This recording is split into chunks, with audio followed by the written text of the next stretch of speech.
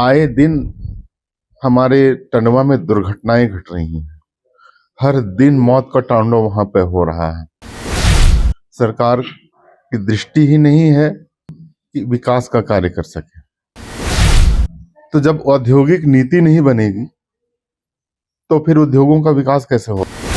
इसी सरकार का वादा था कि 5 लाख युवाओं को रोजगार देंगे, नहीं तो राजनीति से संन्यास लेंगे। तो ना राजनीति से संन्यास लिए, ना ही 5 लाख लोगों को रोजगार दिए।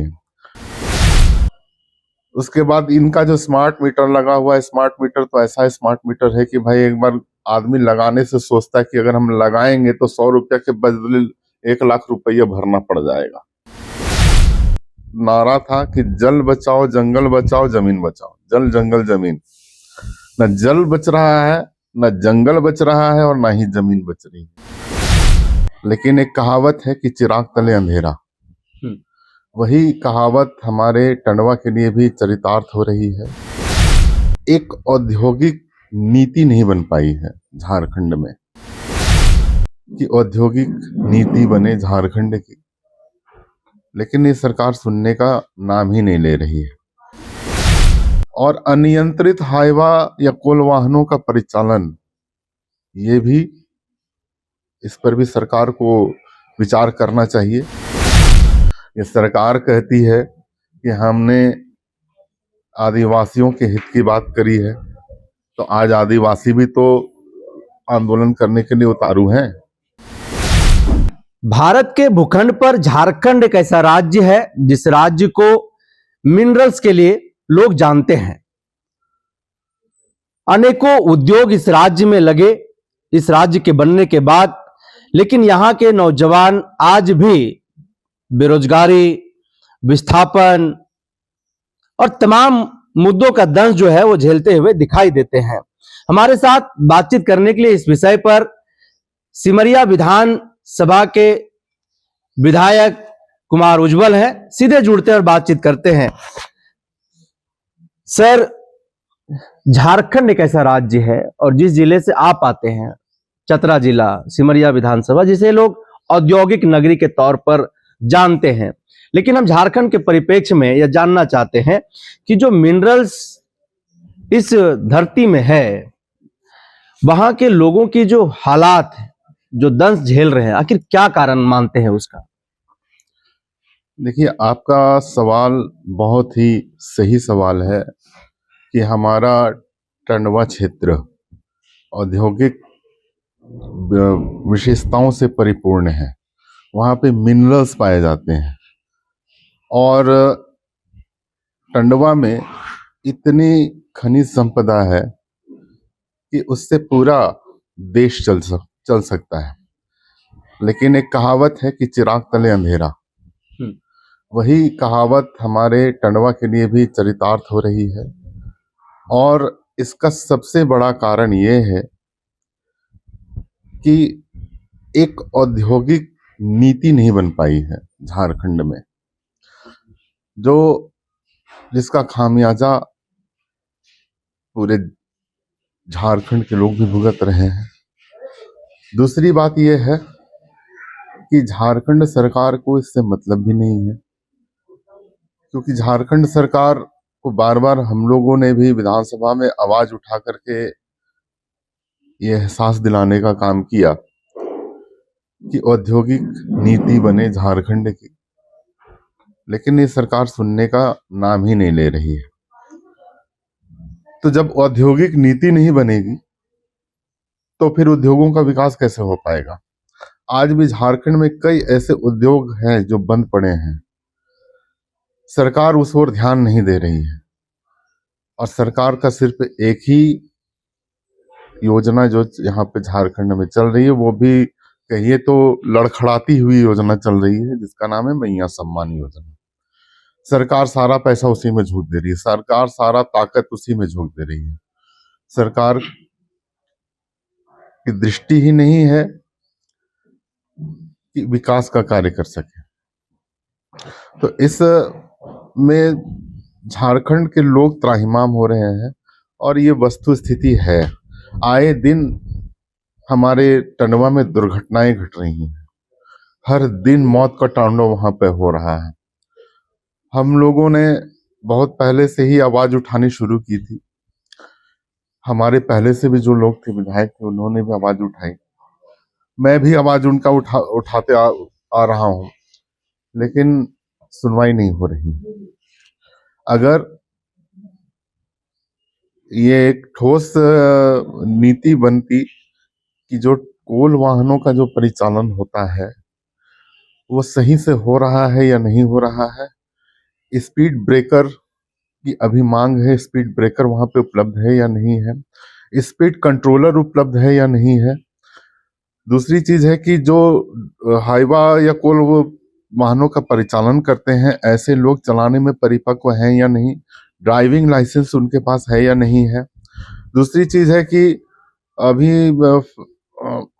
हाईवा से जो प्रदूषण होता है, प्रदूषण के कारण वहां पर काफी धूल भी उड़ने लगते हैं, और अंधेर दिन में भी कहिए कि अंधेरा ही छा जाता है वहां पे, और लोग देख नहीं पाते हैं, और उसका भी दुर्घटना का सबसे बड़ा कारण वो भी बनता है। और अनियंत्रित हाईवा या कोल वाहनों का परिचालन, ये भी, इस पर भी सरकार को विचार करना चाहिए कि कैसे अनियंत्रित को नियंत्रित किया जाए।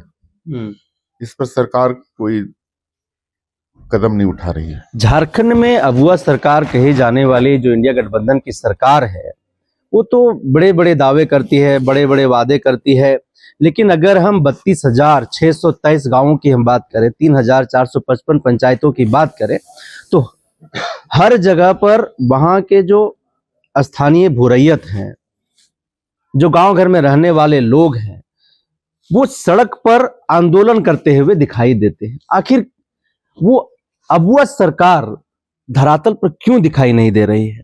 लोगों को आंदोलन क्यों करना पड़ रहा है? सवाल तो ये सरकार से ही पूछनी चाहिए कि आखिर लोग आंदोलन करने पे उतारू क्यों हैं।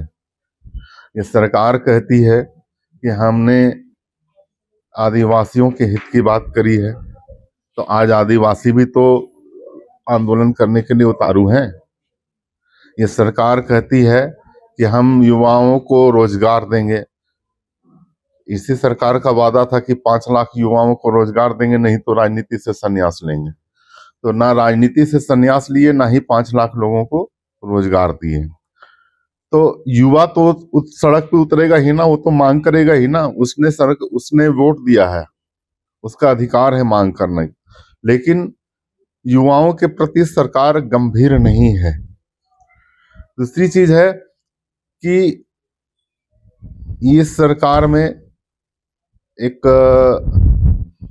नारा था कि जल बचाओ, जंगल बचाओ, जमीन बचाओ। जल जंगल जमीन, न जल बच रहा है, न जंगल बच रहा है, और ना ही जमीन बच रही है। आज हम कहीं पर भी बोरिंग नहीं करवा सकते हैं, डीप बोरिंग चापाकल भी नहीं दे सक रहे हैं। राज्य आदेश नहीं आया है अभी तक में। उसका पीएचडी में कोई फंड नहीं है। तो लोग प्यास से, गर्मी के समय प्यास से लोग सड़कों पे उतरेंगे ही उतरेंगे। दूसरी बात है कि बिजली, इस सरकार ने ये भी कहा था कि घर घर बिजली पहुंचाएंगे, लेकिन घर घर बिजली सरकार नहीं पहुंचा रही है। उसके बाद इनका जो स्मार्ट मीटर लगा हुआ है, स्मार्ट मीटर तो ऐसा स्मार्ट मीटर है कि भाई एक बार आदमी लगाने से सोचता है कि अगर हम लगाएंगे तो 100 रुपया के बदले 1 लाख रुपया भरना पड़ जाएगा। ये स्थिति, वस्तु स्थिति, इटखोरी तरफ में आप चल जाइए, बिजली के बिल जो है सो अथाह आ रहे हैं वहां पे। हम लोगों ने इस पर भी जो है सो सरकार को विधानसभा में घेरने का प्रयास किया है, लेकिन अभी तक सरकार की कोई सुध नहीं आ रही। तो आंदोलन तो होगा ना, सड़कें नहीं बन पा रही हैं तो आंदोलन तो होगा ना। तो ना ये सरकार रोजगार दे पा रही है, ना ही सरकार विकास कर पा रही है, तो ये सरकार आखिर क्या कर रही है?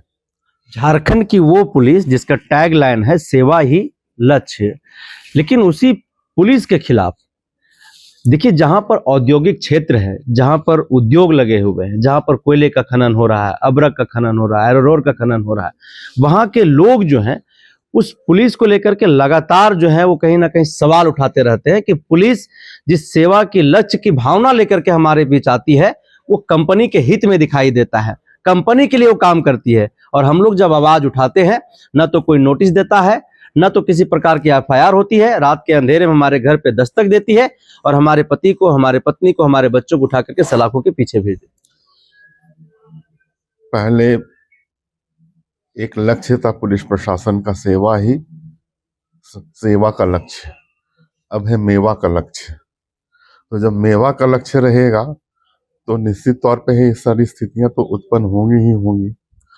और जहां पर झारखंड सरकार, मतलब जो झारखंड सरकार के जो सिरमौर हैं, वही शासन व्यवस्था को सुधार नहीं कर पा रहे हैं, तो उनके जो उस सरकार के जो तंत्र हैं वो तो बिखरेंगे ही ना, वो तो मनमौजी होंगे ही।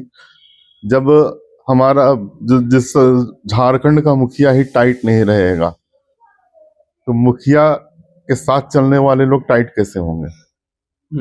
सवाल तो ये है। और ये लुंज पुंज व्यवस्था हो चुकी है और इससे मतलब मैं क्या कहूँ, इसमें यही कह सकता हूँ कि बहुत ही भ्रष्ट सरकार है, बहुत ही भ्रष्ट सरकार है। कुमार उज्जवल को लेकर के सिमरिया विधानसभा के जो लोग हैं, खास करके विपक्ष के जो नेता हैं, वो हमेशा हमलावर है। वो कह रहे हैं कि 1 साल से ज्यादा समय बीत गया, धरातल पर कोई काम दिखाई नहीं दे रहा। जो विपक्ष के लोग हैं, सरकार तो उनकी है ना, वो क्यों नहीं सरकार से ये प्रश्न करते हैं कि आखिर विभागों में पैसा क्यों नहीं डाला जा रहा है? उनको भी तो प्रश्न अपने सरकार से करना चाहिए। कल ही मैंने शिलान्यास करके आया है, मैंने तो कहा कि मेरे अंदर जितनी क्षमता होगी मैं वहां उतना विकास करके दिखा दूंगा। और मैंने विकास का कार्य शुरू ही कर दिया था। हमने कई जगह हाईमास्ट लाइट लगवाए, हमने आज तक ब्लॉक की समीक्षा नहीं होती थी, हमने ब्लॉक की समीक्षा शुरुआत करवा दी है। ब्लॉक स्तर से बहुत सारे काम निकल रहे हैं। ये तो विपक्ष है, उनका रोजी रोटी नहीं चल रहा है ना, तो रोजी रोटी चलाने के लिए कुछ ना कुछ तो उनको करना पड़ेगा, इसीलिए वो हमला कर रहे हैं। अब कल से मैंने तो कह दिया कि जो लोग सीला बोर्ड देखना चाहते हैं वो स्पष्ट रूप से बड़े बड़े अक्षरों में सीला बोर्ड मेरा यहाँ लगा हुआ है, वो लोग देख लें। और कल ही हम लोगों ने चतरा में जाकर के वहां पर भूमि पूजन भी किया है और चतरा में जाकर के बाईपास सड़क का निर्माण का शिलान्यास हम लोगों ने रखा, माननीय सांसद जी ने रखा।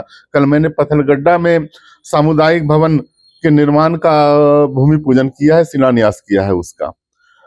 और धीरे धीरे अब ये जो मेरा उद्घाटन और शिलान्यास का जो कार्यक्रम रहेगा वो चलता रहेगा। विपक्ष गिनने के लिए तैयार हो जाए, विपक्ष गिनने के लिए तैयार हो जाए। झारखंड प्रदेश को नया प्रदेश अध्यक्ष भारतीय जनता का शीर्ष नेतृत्व ने दिया है।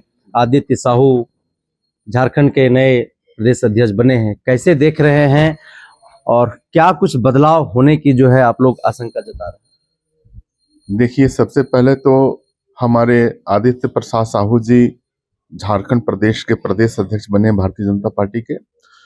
हम लोग सारे कार्यकर्ताओं में एक उत्साह का माहौल है, क्योंकि एक जमीन के कार्यकर्ता को भारतीय जनता पार्टी ने मुकाम दिया है। इसके लिए मैं भारतीय जनता पार्टी के अपने शीर्षस्थ नेताओं का मैं बहुत बहुत धन्यवाद और उनका आभार व्यक्त करता हूं कि जो व्यक्ति बूथ अध्यक्ष रहा है उस व्यक्ति को आज झारखंड का प्रदेश अध्यक्ष बनाया गया है। ये कम बड़ी बात नहीं है और ऐसा सिर्फ भारतीय जनता पार्टी में ही होता है। भारतीय जनता पार्टी के अलावे किसी और पार्टी में ये नहीं है।